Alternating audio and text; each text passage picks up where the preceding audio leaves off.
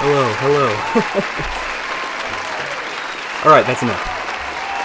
That's enough! Hello, everyone. So, the Academy Awards happen on March 10th, and in honor of that, I'm going to award my personal favorite films of the year using the classic nomination category thingy. This is basically what my Oscar ballot would look like if I were in charge. It's 2025. Screw democracy. There were many movies from the past year that I dearly, dearly loved, and I want to recognize their individual technical merits beyond, just talking about the films themselves in this list format. So that's what I'm going to do. It's going to be fun. For no reason whatsoever, I'm expanding the number of nominations from 5 to 6. It's just because there's a lot of stuff I didn't want to leave out. So I'm gonna go with that. I'm gonna roll with it. I'm gonna list the nominations, and then I'm going to announce the winner. So yeah, buckle up, ladies and gentlemen, and we'll see where this goes.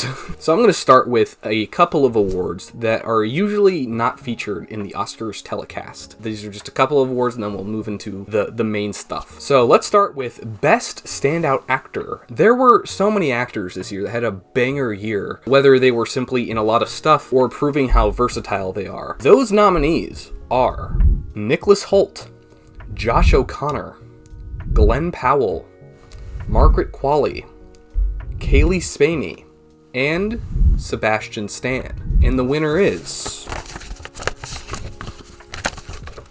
Sebastian Stan! There's just something about this guy that's really been exciting me, but he was in 2 movies this year that really blew me away. I mean, some of my favorite movies of the year, The Apprentice and A Different Man. And both of these movies really showed just how exciting and just a force of nature this guy is. Just the way he's able to contort his face and say a lot with doing very little. I mean, this man played Donald Trump, and he was able to humanize him and make him feel like a real dude, and it didn't feel like a caricature. If you're able to pull that off, you've got to be one of the greatest actors alive. So Sebastian, this award goes to you.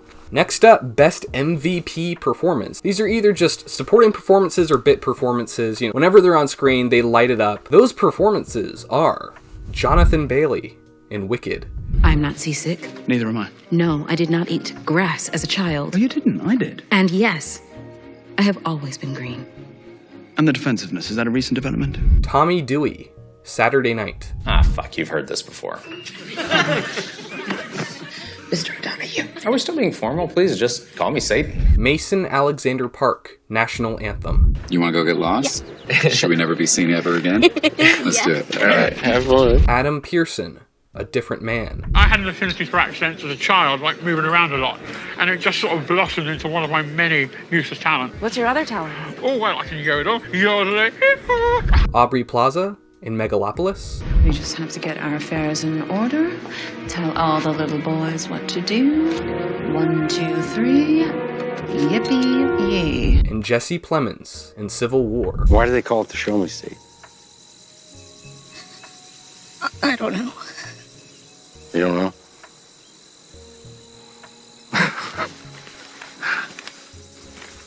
It's American.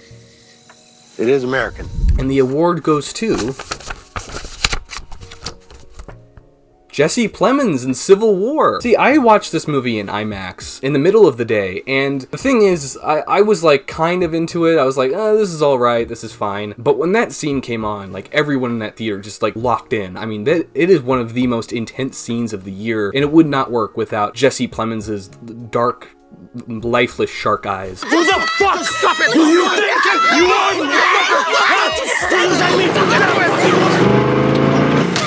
Next up, Best Chemistry. This is just the chemistry between 2 actors that just really had this like magnetic energy where you really feel the relationship on screen. So those nominees are Josh O'Connor and Mike Feist in Challengers. Fucking snake. Honestly, I'm proud of you.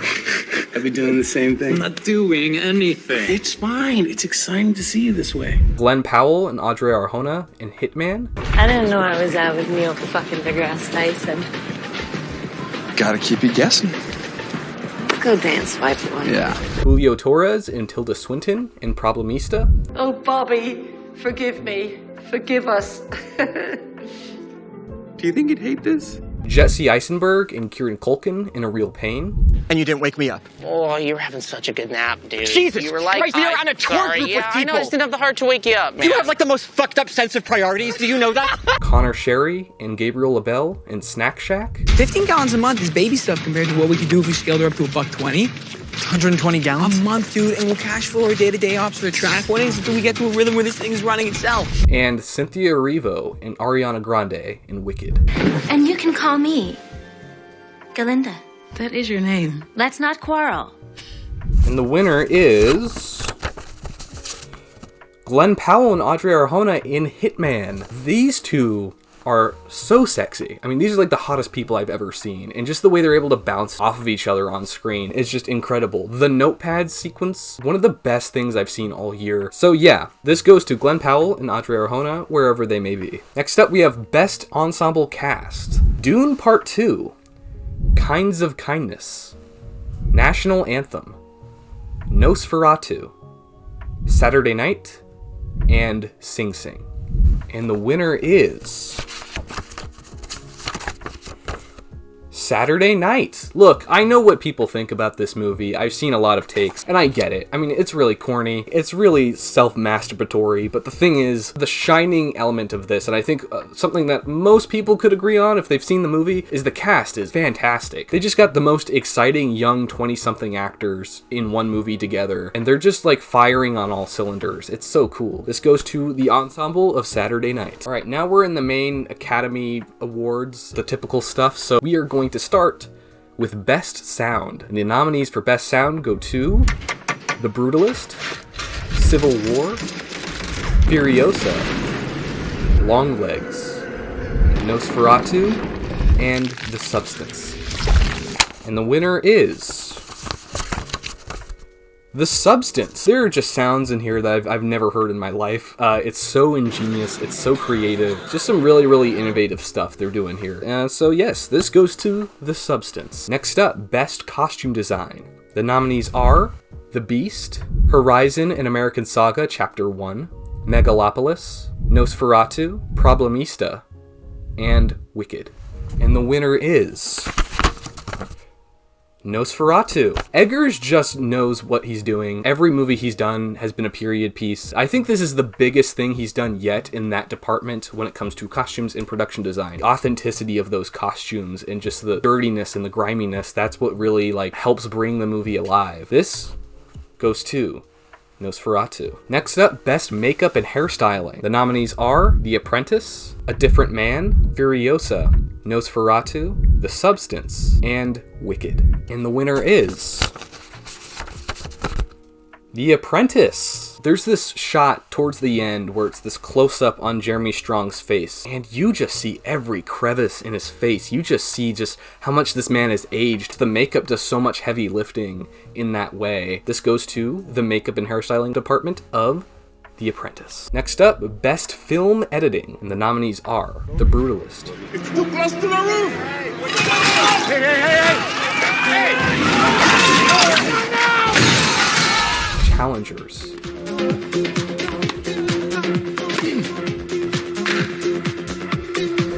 Nickel Boys,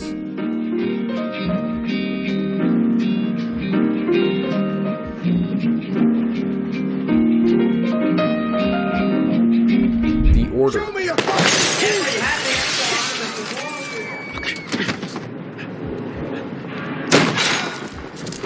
Snack Shack, Cheers, dude. and The Substance.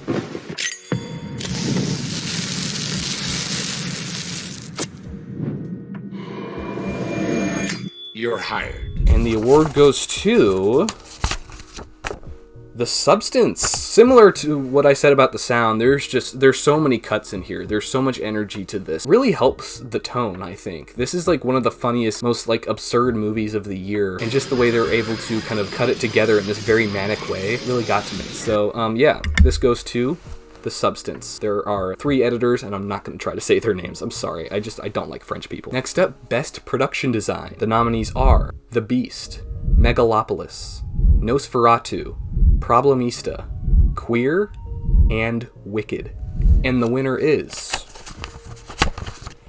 Megalopolis. There's this sequence in the middle of the movie where Adam Driver's character is being driven around the city, and he's just looking out the windows, and you see so much size, so much scale on screen. Some of the most impressive production design I've seen in years. It just feels like my imagination coming to life. It's very energetic, very bold. So yeah, this goes to Beth Mickle and Bradley Rubin for Megalopolis. Next up, Best Original Score, The Brutalist, Challengers, Conclave,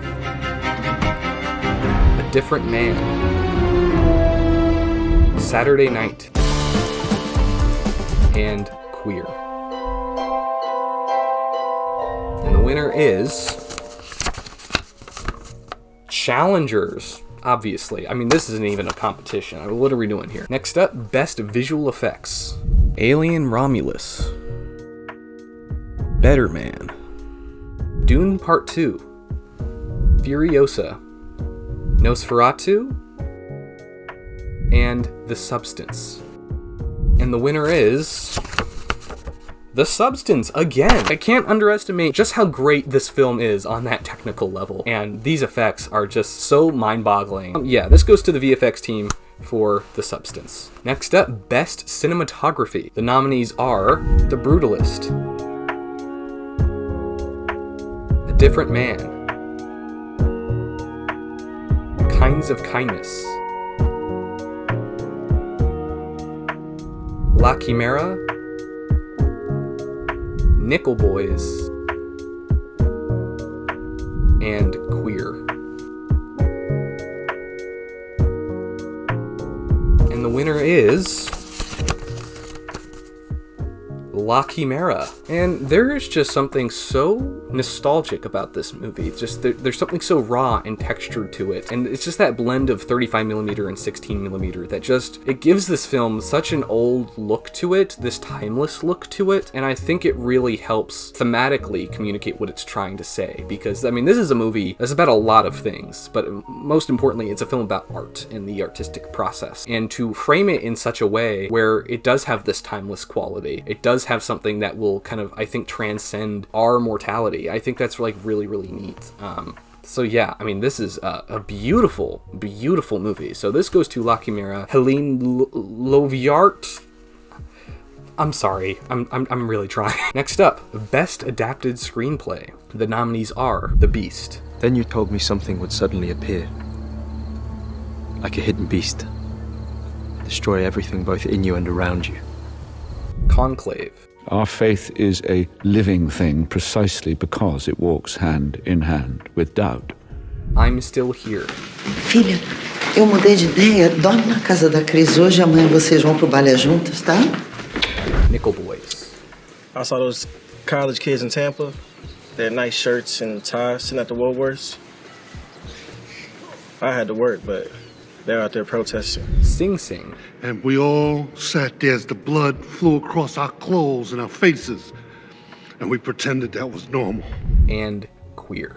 I walked the street in a daze, like a man with a light concussion. I might well have destroyed myself. And the winner of Best Adapted Screenplay goes to Nickel Boys. Nickel Boys is a movie that I initially, I think, had a pretty hard time with, just because it's so overwhelming just as a cinematic experience. But, you know, the more I think about it, the more I'm just in awe of what it's adapting and the way that it chose to adapt. I mean, I've never read the book. I have no relationship to the original source material. But in any case, to take a story in any capacity and translate it in this way that is so vivid and so beautiful, the visual language is so vital to telling this particular story, is really cool. It's some of the most jaw-dropping stuff I've ever seen. So yeah, fantastic screenplay, fantastic direction and look and everything.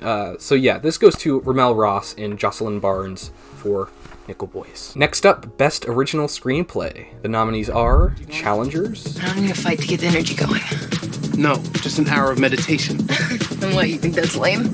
I think it's unnecessary given you're playing Sally fucking Country Club from Pepperdine. A Different Man. You know how we idealize people when we're in love? So I'm the idolized version of Oswald? No, not me. It's Edward. Why can't it just be him? Why does you have to idolize him so he's somebody he isn't? Hitman. Well, you have to embody the trait rather than just think about it. You know, it's like the as-if principle, where you behave as if you are the person you want to be, and then pretty soon you might realize that is you. I saw the TV glow. When I think about that stuff, it feels like someone took a shovel and dug out all of my insides. Juror number 2. He has a family depending on him, just like you have people depending on you. And what about justice? Well, sometimes the truth isn't justice. And A Real Pain. Look at what happened to our families. Look at where we came from. I mean, who isn't rot? Well, you seem okay. I'm not, though. I'm not. I just, take a pill for my fucking OCD, and I jog, and I meditate, and I go to work in the morning, and I, come home at the end of the day, and I, move forward, because I know that my pain is unexceptional, so I don't feel the need to, burden everybody with it. And the winner is A Real Pain. I mean, come on. Like I said in my video, this just scratched an itch for me. Despite the characters saying everything that's on their mind at all times, it makes sense. I think it makes sense in context for that vulnerability to be, verbalized so succinctly. And I think it's kind of Eisenberg taking his own thoughts and anxieties about the world and just kind of channeling it into these two characters, and it's so beautifully done. It's one of the best scripts I've seen in anything all year. I was very deeply affected by it. Some fantastic lines in here. So this goes to Jesse Eisenberg for A Real Pain. Next up, we have the acting categories. So we're going to start with Best Actress in a Supporting Role. The nominees are Joan Chen in Dee Dee. 我就知道了，你们就是我的梦想。我怎么可能 ashamed 于你呢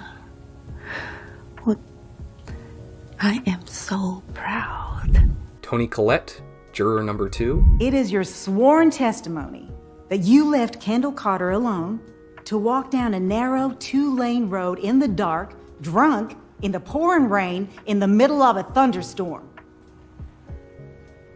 Is that how you treat someone you love? Ingenue Ellis Taylor, Nickel Boys. Things gonna be way different when you come home. Yeah, you can pick up right where you left off, with no more hassle.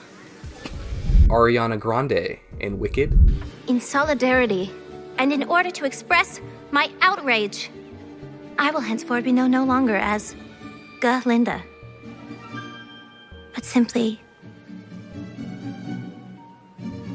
Glinda. Katie O'Brien in Love Lies Bleeding. Don't ever fall in love, okay? Okay, it hurts. Just don't ever fall in love. And Tilda Swinton in Problemista. I mean, FileMaker is the Cadillac of archival software, recommended by Gagosian, recommended by the Whitney, and apparently very, very easy to set up. And that's what she promised me, and that's what she failed to deliver. And the winner is Ariana Grande in Wicked. Alright, look, I can explain myself. I know she's already nominated for an Oscar. She doesn't really need my support. But look, I can't lie to myself. I mean, out of all of these nominees, I mean, I love all these performances, but Ariana Grande specifically, that is a performance that genuinely shocked me to my core. I had no idea that she could do that. They were popular. Right! It's all about popular. I'm not that familiar with Ariana Grande. I've never heard any of her songs, so this is not me coming as a fan of her or anything, or even as a fan of Wicked. I didn't know anything about Wicked going into the movie, but I'm just here as someone that just appreciates a really good comedic performance. Never mind. Yeah, okay. Gonna put these right back on here. I mean, she just nails the comedy. Let's tell each other something we've never told anyone before. Okay, fine, I'll go first. Every little line delivery, every facial expression. Are you looking for something? Or someone? She has very, very dark eyes. Her eyes are almost non-emotive, but she uses that as a strength because she relies almost completely on her body. You can room with Miss Galinda. What? The way she tosses her hair and the way she just kind of wiggles around, it's so funny to me. She's so terrific. And obviously she has an amazing voice. I mean, absolutely incredible pipes on that woman. So yeah, I want her to win the Oscar. I'm predicting it'll probably be Zoe Saldana, but I want Ariana to win. I want it to happen. I don't know. This goes to Ariana Grande for Wicked. If you don't win the Oscar, this one's more special. It's good to see me, isn't it? Next up, Best Actor in a Supporting Role. Kieran Culkin, A Real Pain. Well, I've just been in a real funk, I guess, since she died. Just haven't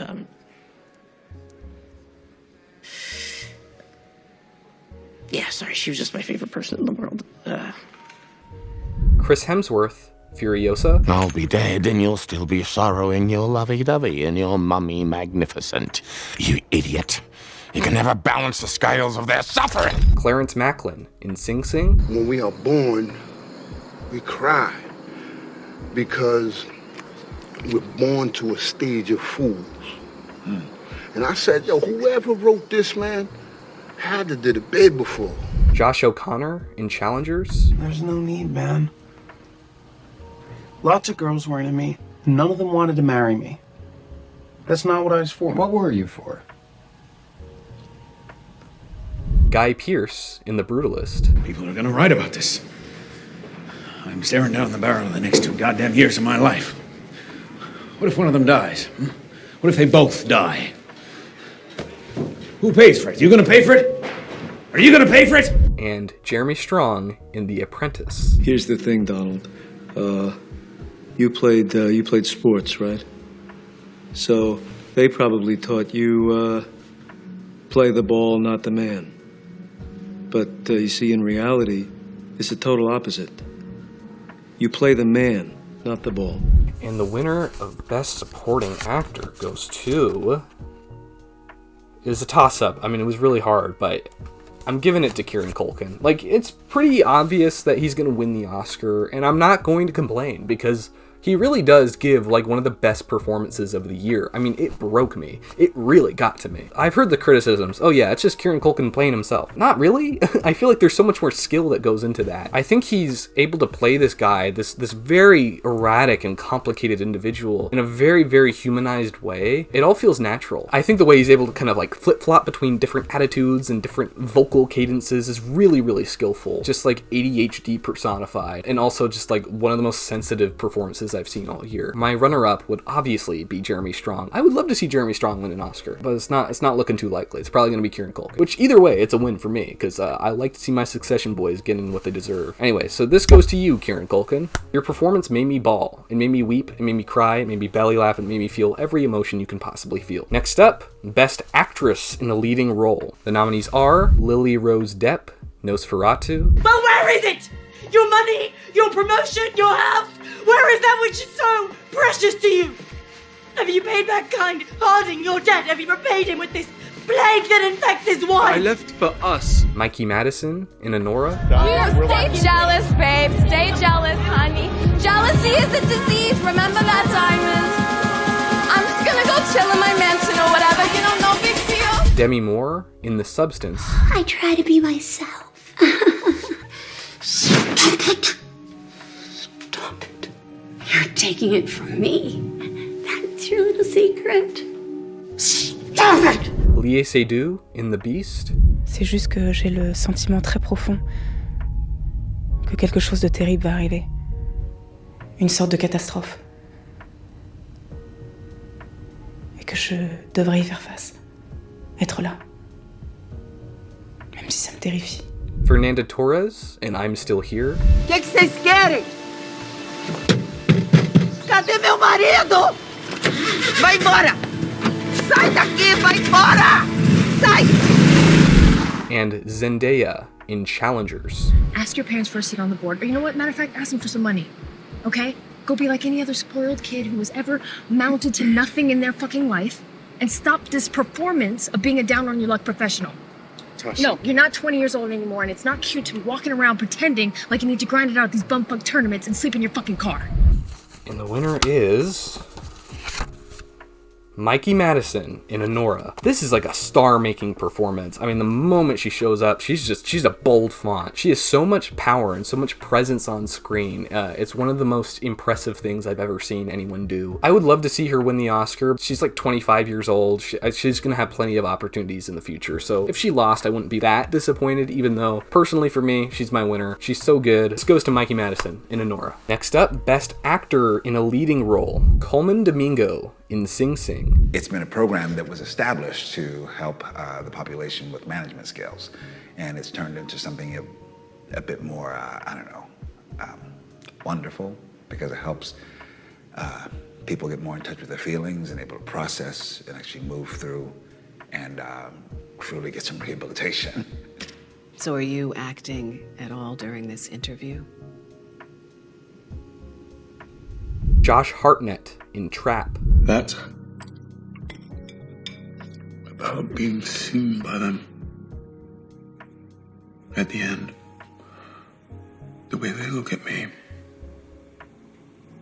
it's strange. It gives me peace. There's almost no darkness in it at all. Josh O'Connor in La Chimera.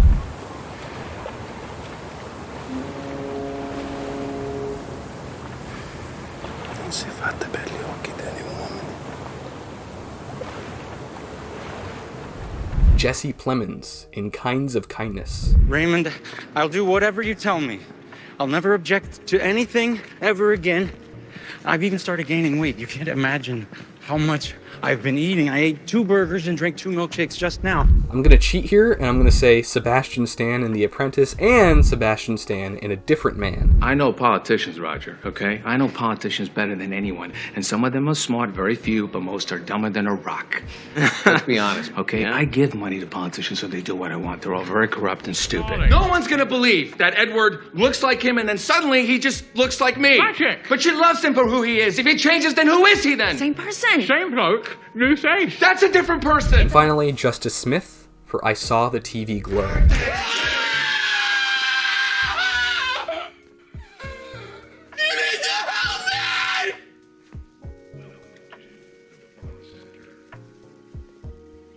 I'm dying right now! And the winner for Best Actor goes to Josh O'Connor in La Chimera. This is simply the performance of a lifetime. I mean, this is so subtle and so human, and he's just kind of retaining a lot of emotion, and it's just kind of boiling under his very, very distinct face. So you can just kind of see a lot poking through. The really impressive thing about this performance is I was never verbally told that this character was grief-stricken or that he had recently lost somebody. Yet, like, immediately, just like from the first frame, I was like, okay, this guy's got something going on. You know, you can just see so much pain in his face that you don't need to be verbally told what happened to him or have that context to really understand it. And I don't know, man, like Josh O'Connor is just, he owns that movie. It is such a powerful performance. So yeah, this goes to Josh O'Connor in La Chimera. Next up, Best Director. The nominees are Brady Corbet, The Brutalist, George Miller, Furiosa, Jane Schoenbrunn, I Saw the TV Glow, Rose Glass, Love Lies Bleeding, Ramel Ross, Nickel Boys, and Coralie Farge, The Substance. This is a pretty hard category for me to pin down, but the winner is Jane Schoenbrunn, I Saw the TV Glow. I Saw the TV Glow is so haunting, and I think that kind of personal, subjective aspect to it that Schoenbrunn was able to bring, kind of their own experience, and just communicate that feeling so vividly, that is so impressive to me. I saw We're All Going to the World's Fair, their directorial debut, and that film is a very strong, like, minimalist piece. But this is where I think Schoenbrunn's voice is really able to come into their own. It's super, super powerful. Yeah, so I have to give it to them. I mean, they are incredible, and can't wait to see their next movie. So yes, this goes to Jane Schoenbrunn for I Saw the TV Glow. Now, we are on the final award of the night, the Best Picture Award. So obviously, there are 10 slots, and I'm going to briefly talk about each of them, just give you a little summary of my thoughts on them. I could have just gone the simple route and just done my top 10 of 2024 that you saw in my video from a couple weeks ago, but I'm deciding against it, and I'm just gonna go for the films that feel the most right, that I think are the most monumental. So as much as I love Hitman, that's not getting a Best Picture nomination. I'm very, very sorry.